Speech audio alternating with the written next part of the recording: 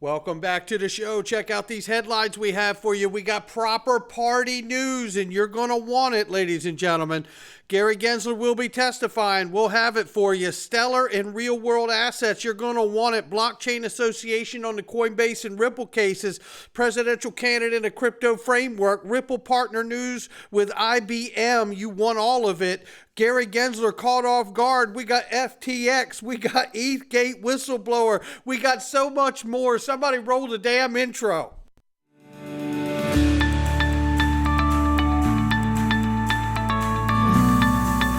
Digital Perspectives with Brad Kimes. Come on in.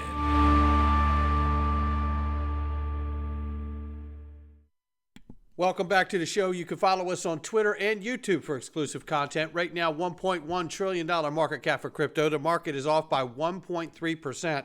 Bitcoin now 26,700 plus. Ethereum 1595 and change. Tether market cap is 83.2 billion plus. XRP is 50 cents at the moment. It is off by 1.9 on the 24-hour and up 5.1 on the 7-day. Ladies and gentlemen, if you have not done it, go sign up. It's linked to private equity here. Private equity used to be restricted to just ultra wealthy. Link2 has changed the game, however. All you have to do is go sign up and get started. There you go, right there. Make sure you go do that. Click the link to my sponsor underneath the video. Ripple put out this about the proper party, ladies and gentlemen. Take a listen here. The last batch of tickets for the proper party drops tomorrow, which is today at 12 p.m. Eastern Time. Don't mess around. Entry will be granted on first come, first served basis with an RSVP confirmation.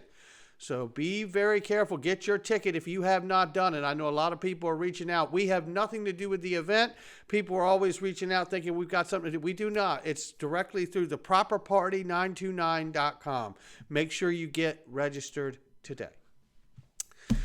Eleanor Tarrant says today Patrick McHenry confirmed that August 30th scoop that Gary Gensler will be testifying before the Financial Committee, and that's next Wednesday, September 27th. We will bring you the highlights from that testimony. I am sure there will be a lot of canned comments from Gary Gensler. Stellar's, however, is at mainnet as Ripple and everyone else is there. Stellar has more real-world assets on chain, more than all other chains combined, says 2-Bit Idiot. Ryan Selkis, there it is. So we'll see how that develops. And then, hey, how about this for interoperability? We got a Stellar guy, we got an XDC guy, and Brad Garlinghouse sitting right smack dab in the middle. It looks like real world interoperability to me. That's what it looks like. Everybody's happy. It's not going to be just one, ladies and gentlemen. And then we have the Blockchain Association CEO, Mrs. Smith, or Miss Smith, here interviewed about Coinbase and Ripple cases at mainnet. Take a quick listen to this. What's your thought on the recent SEC court losses? I mean, you'll be talking about this on the main stage today. And what are your thoughts on the Coinbase case? Yeah, and I'm really excited. I'm going to be sitting down here at mainnet today with Paul Grewal, who is the chief legal officer of Coinbase. But, you know, it's very interesting because as Congress is working through this legislative gap, filling the legislative gap, we've seen regulatory agencies try to test the limits of the law by using a regulation by enforcement approach. And so they're doing these cases. And what we've seen is, particularly over the summer, Ripple, whose booth is right behind us here, they scored a major win in that XRP is not deemed to be a security. And so we're finding that we're not able to get clarity with the regulatory agencies, but we are able to get some clarity through the courts. And so we're hoping that as the Coinbase case moves through, we'll continue to get additional clarity, which will allow time for Congress to figure out the appropriate framework and get that enacted into law. Well, you know what? And John Deaton has told us that this Coinbase case is really going to put SEC up against it because the SEC is getting closer and closer to a danger zone, that if they're not careful with the cases that they're pursuing so far, they're going, well, and I hope that they lose and then they end up getting in this position, to be honest. You know, they're running into a legal fine line, right? If they continue to press and these decisions, like especially with the Coinbase, they could end up with a situation where the major doctrine major questions doctrine can be used, and that could really shut the door on SEC and the agenda of Gary Goldman Gensler at the SEC. So I hope that that actually happens, but we'll bring you more as it progresses. Here we hear Eleanor Tarrant, who's at Masari Mainnet. It says that overheard presidential candidate Vivek, I don't know how to say his name, says he plans to have a comprehensive crypto policy framework by Thanksgiving. He also said he would include the SEC in his planned 75% cut of federal workers if he wins the White House. I can tell you right now, I don't even know who this gentleman is.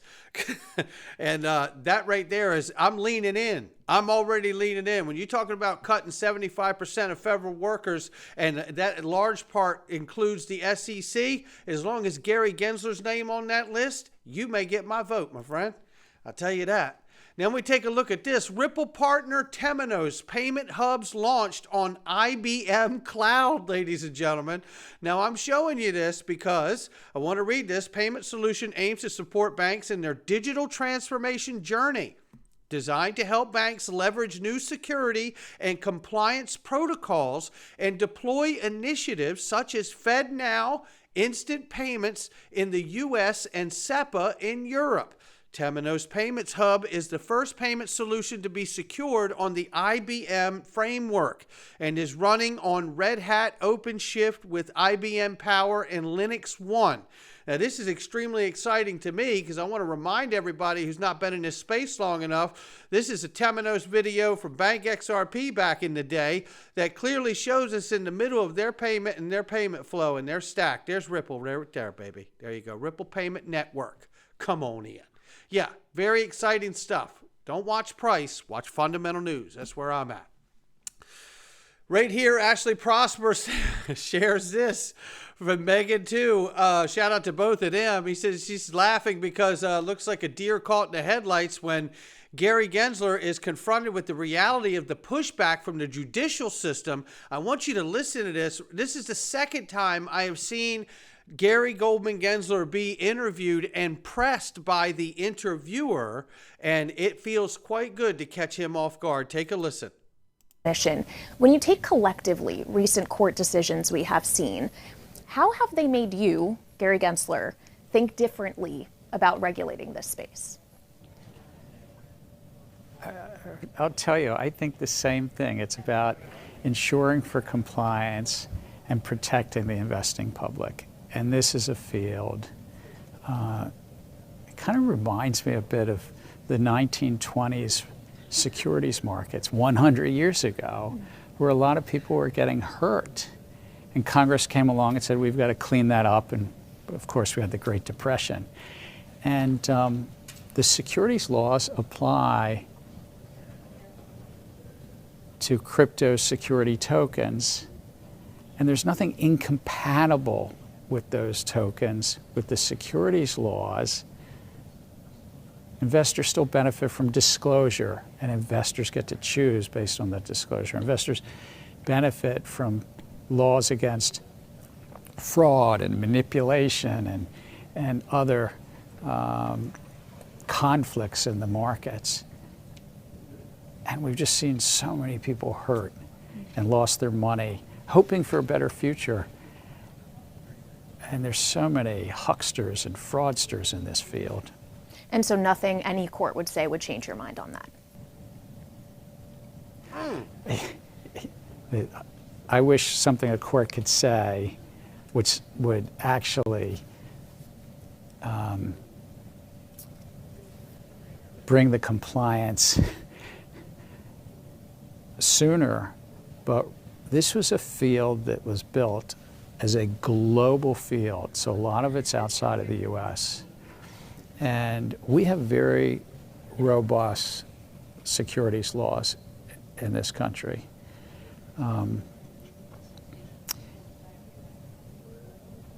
Having said that, there are a lot of folks in this field that are trying to say, well, those don't apply. Well, you know what? I think Gary Gensler is one of those people in this field saying that the rules don't apply to him. How about that one for a change? And then there's this. Stephen Nareyoff here, the whistleblower to EthGate, says the SEC is a tactical unit of the establishment. Courts are an effective weapon as time alone often defeats the target entity and freezes the market while other parts of the government work to co-opt the industry. Ultimately, this isn't a war against crypto. Crypto is the prize. You know what? Thank you, Stephen, for tagging me in this. And I tell you, I think you're spot on. And I absolutely do think you're spot on. Take a listen to this moment when bankers are talking about how the FTX crash was a perfect moment. Well, if I may take what you just said on the FTX crash. Basically, for us as a bank, it was just a perfect moment. Because you could just see that regulation is actually so important. If you just act as a if I may take what you... It's a perfect moment because they know that collapse created a crash in the market, which means they can come in and buy it up for pennies on the dollar. And I say, here it is. The SEC is under regulatory capture as far as I'm concerned. Gary Goldman Gensler and the SEC are suppressing the crypto market with fear, ambiguity, and regulation by enforcement so the central monopolist, which is Gary Gensler's term he created himself, can buy up the space for pennies on the dollar. That's right.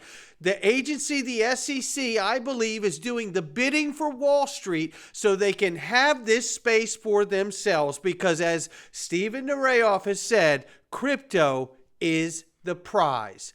Don't believe it. It's still true. And shout out to a few people here on this one. This is a throwback clip, and I remember, and I tell you how you know it's a throwback clip. I remember covering it many years ago. Ryan Zagone sitting right there. So, you know, that was his time when he was at Ripple. That's back 2017, 2018 timeframe, I'm guessing. But nevertheless, I want you to hear, this is Glenn Hutchins here, former president of the Federal Reserve of New York, right? This guy, you know, investor in NASDAQ, right? And all kinds of other things. I tell you, take a listen to what he says as he confirms, you know who doesn't want this technology? It's the banks and the credit card companies. He also goes on to explain that Bitcoin isn't digital gold. It's more like copper. One thing I say to people is that you have to think about talk first about the ledger and then secondly about the blockchain and secondly about the currency. The blockchain has two important features to it. One is the ledger piece, but the other is a technological protocol for the movement of money around. Too many people are focused on the ledger piece of it, which is useful. Not enough people are focused on the technological piece, the Bitcoin protocol, the Bitcoin analog to the internet protocol. That's the part that's going. If this is going to be transformative, that's going to be the thing that we're going to most experience. Barry, that's what you meant when you talked about the rails. Yeah, exactly right. And it's not just and what you're going to say is it's not just the regulators who are going to resist this. It's going to be the people with legacy pools of profitability who don't want those to go away. So the banks and the credit card companies in particular are going to be the biggest resistors of this. They're dipping their toe in with private blockchains, which I call, grandma's version of the Bitcoin. How do you really feel, Glenn? But they are going to they're going to be the big resistors. So one of the most important things about this Fed work on payments, in my view, is take a $100 transaction. The average credit card company takes $2 from you. If you write a check, that's 7.5 cents. Is that right? Roughly, no, it's 15 cents. It's 7.5 per. It's 0.75%, right? So it's 15 cents. So today, the reason if we modernize ACH and make it available for instant payments, we can take the average cost of a transaction down from a $100 transaction from $2 to 15 cents. Listen. Guess who doesn't want that to happen? It's not the regulators. It's American Express.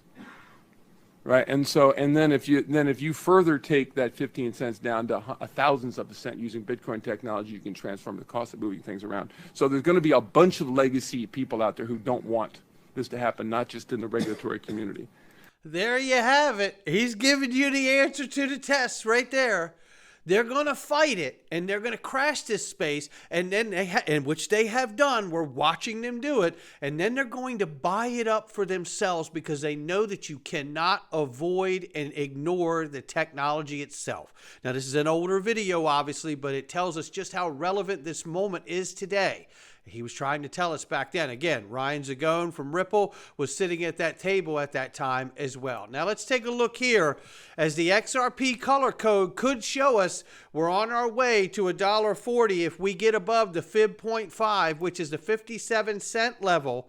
You know, we got to get above it though, right? There's that level right there, and we're on our way, he says. Shout out to Eggrad Crypto for the charts and the technical analysis. We don't know what will happen, but we're watching it closely. And I tell you, with all the fundamental news, I'm reminded of Brian Knight from CNBC. The longer the base, the higher in space. That's where I'm at, and I'm here to find out whether it happens or not. Not financial advice from me or anyone else. Hit that like and subscribe and check out all the links underneath the video and tell them I sent you. Great products and services. I'll catch all of you on the next one.